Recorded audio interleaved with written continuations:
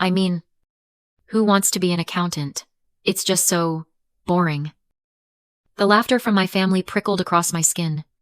My brother's fiancée, Jessica, smiled, holding her wine glass like a trophy. She's right. My father, Richard, chuckled. Our Sandra's always been the safe one. My mother, Karen, chimed in. We just hope you find a nice man. Dear, your job is, well, it's fine. Jessica leaned in, delivering the final cut. It's just adorable that you think your little spreadsheet macro is a real company. Sandra, have you ever felt like the invisible one in your own family? Let me know your story down in the comments. I didn't cry. I didn't react. I just placed my fork down. The little click of silver on porcelain cut through the noise. The table went quiet, waiting for me to break, to apologize for existing. I looked straight at Jessica, her perfect, smug, venture capitalist face. You're talking about auditly, I said. My voice was flat. Even. Jessica's smile faltered for a half second. She was surprised I knew the name. Yes, she said, recovering her poise. A cute little AI startup. Our fund is looking at it. We're planning to buy it for pennies. Really? Their team doesn't even know what they... You can't buy it. I interrupted. My brother, Ryan, sighed, annoyed. Sandra, come on. Don't make things awkward. I ignored him. My eyes were locked on Jessica. You can't buy it, I repeated. Because I own it. Auditly is mine. The silence in that $200 a plate restaurant was heavier than the steak. Let me explain my family. They aren't bad people. They're just performers. My parents, Richard and Karen, live for the country club. Their entire identity is built on appearances. Success, to them, is something you can see, a luxury car, a powerful handshake, an impressive job title. My brother, Ryan, is their golden child. He's a flashy real estate broker. He talks more than he works. But he brings home big commission checks and, more importantly, un impressive vice-fiancée like Jessica. He's the star. And then there's me, Sandra, 27, the forensic accountant, the boring one, the safe one, the quiet one. I'm the person they call when they need their tax spreadsheets fixed. But the one they talk over at parties? I'm the designated driver. I'm the background noise to their perfect, loud, performative lives. I am the shadow that makes their light look brighter. What my family didn't know is that while they were busy performing, I was building. For 4 years, I'd been secretly coding auditly, a forensic accounting AI that can spot high-level fraud in seconds, the kind of fraud that takes human teams months to find. It isn't flashy. It's invisible. It just works. Like me. And last week, I'd quietly signed an exclusive licensing deal for $7 million. Leaving the restaurant that night, after Jessica turned sheet white, and Ryan started stammering. What kind of joke is this? I didn't feel victorious. I just felt tired. Deeply, bone-achingly tired. As I drove back to my apartment, I finally understood why I'd hidden my success for so long. It wasn't humility. It was self-preservation. I parked my car, but I just sat there in the dark, the engine ticking, and I realized, psychologists have a name for it. The scapegoat and golden child dynamic. A performative family, one obsessed with image, like mine, needs a golden child. Like Ryan. He's the mirror. He reflects their success. He lives out the flashy, visible dreams they value. His success makes them look good. But they also need a scapegoat. That was me. I wasn't boring because I was actually boring. I was boring because they needed me to be. I was the one they could point to feel superior. My safety was the backdrop that made Ryan's ambition look so bright. My quiet competence was the thing they could dismiss, so they could celebrate his loud but empty achievements. I was the family's built-in less than. And that night, I had broken the entire system. I'd thought the truth, the sheer weight of $7 million would finally make them see me. Make them stop. I was wrong. I got home, and my phone lit up. It wasn't an apology. It was an escalation. The first text was from my mother. Karen. Sandra. You embarrassed Jessica terribly. I don't know where you learned that kind of tacky showing off. You need to call her and apologize immediately. I stared at the screen. Tacky showing off. A second later, a text from Ryan. Are you insane? You just blew up a massive potential deal. Jessica was helping me. What is wrong with you? Why are you always so jealous? You ruin everything. I scrolled through the messages, looking for one simple question. Is it true? What is Auditly? $7 million. Nothing. Not a single question about the company. Not a single word about the money. They weren't angry that I was successful. They were furious that I had stepped out of my role. They weren't shocked by the truth. They were shocked that I'd had the audacity to say it out loud. To ruin the perfect picture. To stain the family's image. The anger in their texts. It gave me a strange, cold clarity. This was never about love or support. It was just about control. And I was done playing my part. A week went by. Just long enough for the silence from my family to turn from hostile into a heavy, suffocating weight. Then, the invitation arrived. It wasn't a text. It wasn't a call. It was a thick, cream-colored card. The kind that costs $10 apiece. Embossed lettering. You are cordially invited to celebrate the engagement of Ryan and Jessica. At the country club. I held the card in my hand. This wasn't an invitation. This was a summons. It was a command. Printed in elegant script. Telling me to get back in line. To show up. Smile. Wear a nice dress. And pretend that dinner never happened. They were resetting the narrative. They were betting that my fear of being cast out was stronger than my need to be respected. They thought I would fold. They had forgotten who I was. I'm a forensic accountant. I don't get into screaming matches. I don't argue. I out it. I sat down at my desk and opened my laptop. I wasn't thinking about the $7 million. I was thinking about Jessica's smug, surprised face. I was thinking about her words. We're planning to buy it for pennies. Why would she say that? How did she even know about Auditly in the first place? And then I remembered. 6 weeks ago. Purely as a test. I'd sent a very limited sandbox demo of Auditly to a dozen VC firms. Just to see what the real market would do. I sent it from a burner email. Under a fake LLC, Ledger Analytics. Jessica's firm had been one of them. I pulled up my server access logs. My fingers flew across the keyboard. I wasn't angry anymore. I was focused. This was my world. This was the ledger. And the numbers don't lie. I cross-referenced the dates. And there it was. The access logs from Jessica's VC firm. Dozens of attempts. Not just reviewing the demo. They were pinging the firewall. They were running breach protocols. They were trying to get past the sandbox environment and into the core code. They weren't just reviewing my company. They were trying to break into it. But that wasn't the best part. I'm a forensic accountant. I build software designed to catch the smartest thieves in the world. Did they really think I wouldn't have countermeasures? Buried deep in the demo's source code. I'd planted a little trap. A digital canary trap. It was a beautiful, harmless-looking string of code.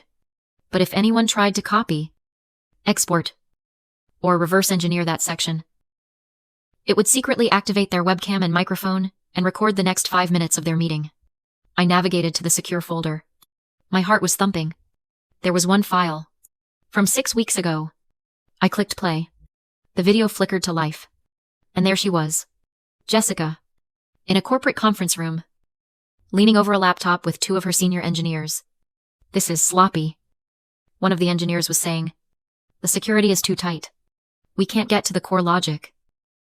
And then Jessica's voice clear, cold, and confident filled my apartment. Forget the front door. We don't need to buy it. Just crack this piece. She said, pointing at the screen. Find the core algorithm. And we'll build our own clone. By the time we launch, the little accounting girl who built this will never know what hit her. I stopped the video. I leaned back in my chair and just breathed. They weren't just arrogant. They weren't just dismissive. They were thieves. And I had the receipt. The engagement party at the country club was a spectacle. I mean, Truly. White orchids were dripping from arches. A string quartet was playing in the garden.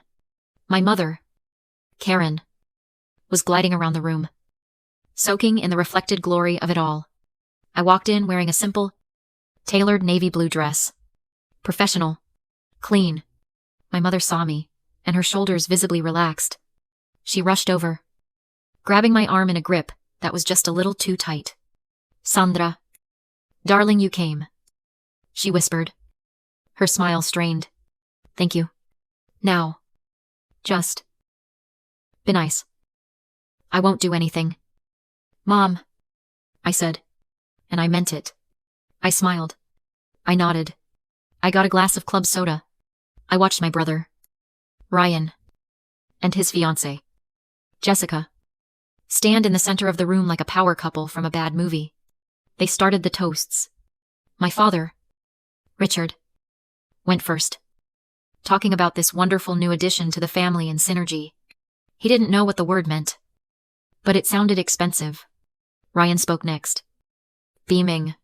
He talked about closing the deal of a lifetime, gesturing to Jessica, and then, high on his own performance, he lifted his glass and pointed it at me, standing in the back.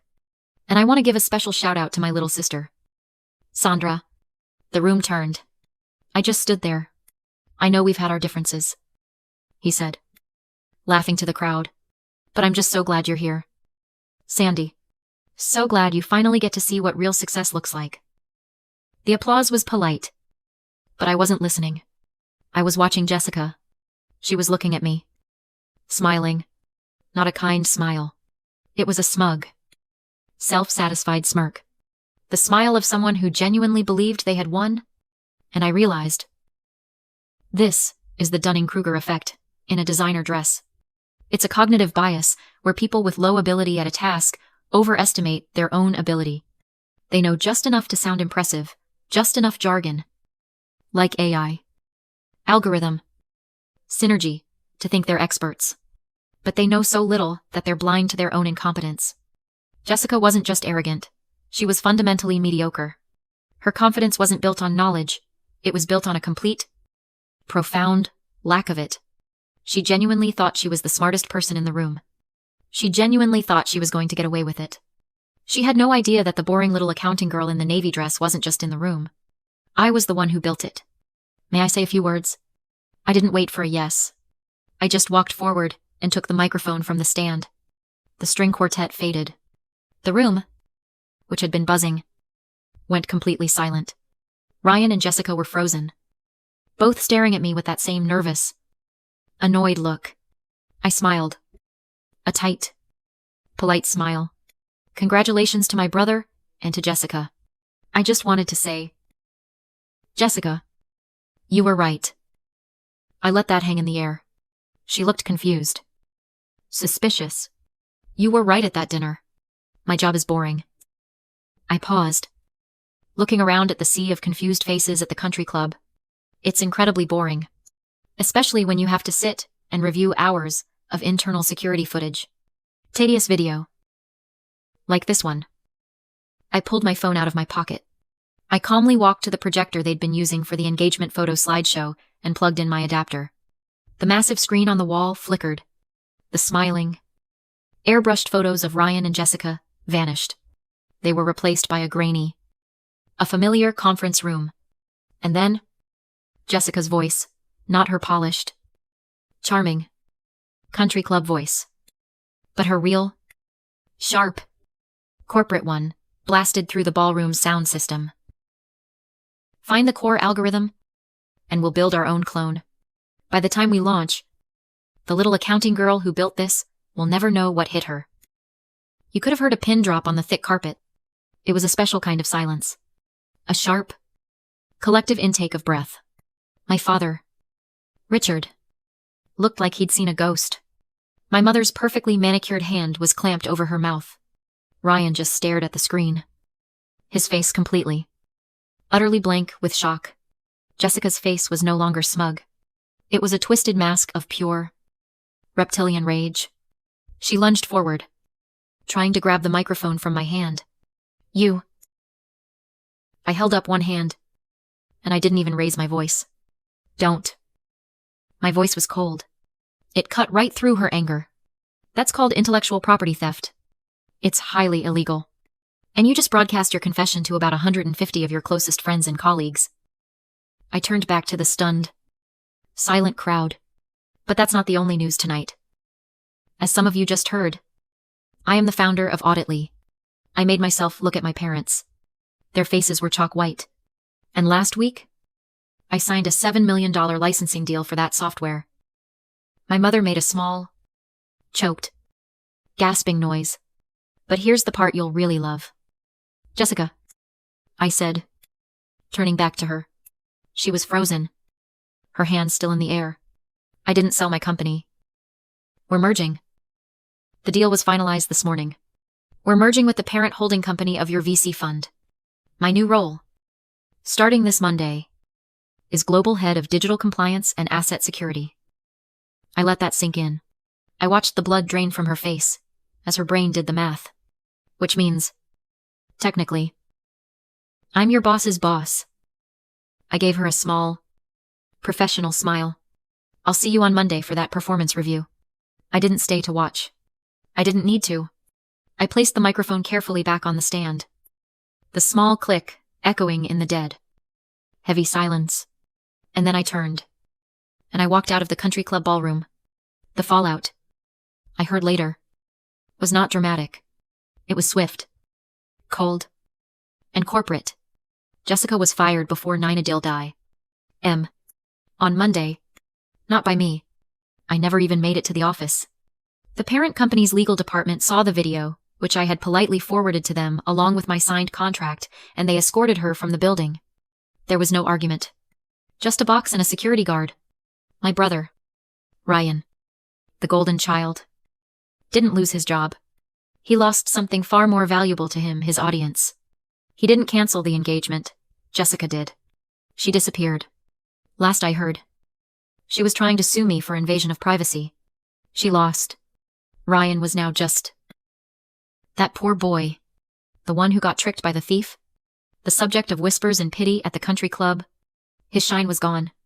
His reputation, the only currency he had ever valued, was now worthless. And my parents, they called. Oh, they called. Dozens of times. The calls turned into voicemails. First, they were angry. Sandra, what have you done? You've made a fool of this family. Then, they were confused. Sandra, please call us. We need to talk. We need to fix this before it gets worse. And finally, they were desperate. My mother's voice, cracking. Sandra, please. You've made your point. Now stop. You're tearing this family apart. But they still didn't get it. I wasn't tearing the family apart. I was just turning on the lights so everyone could finally see the cracks that had been there all along. I didn't do it to make a point. I did it to end the conversation. That week, I sat in my apartment. I looked at the spreadsheet that detailed the $7 million contract. I looked at the number. And for the first time, it didn't feel like a secret. It felt like freedom. I booked a flight. One way. To Italy. I closed my laptop. The click of the lid shutting sounded final. Like a vault door. Like the last page of a very long, very heavy ledger. That night, for the first time in as long as I can remember, I slept through until morning. No guilt. No noise. Just silence. And it was beautiful. Thank you for listening. Sometimes, silence isn't weakness. It's the time you spend doing the audit. If you've ever had to choose between your family's peace and your own truth, share your story. And don't forget to subscribe so you don't miss the next one.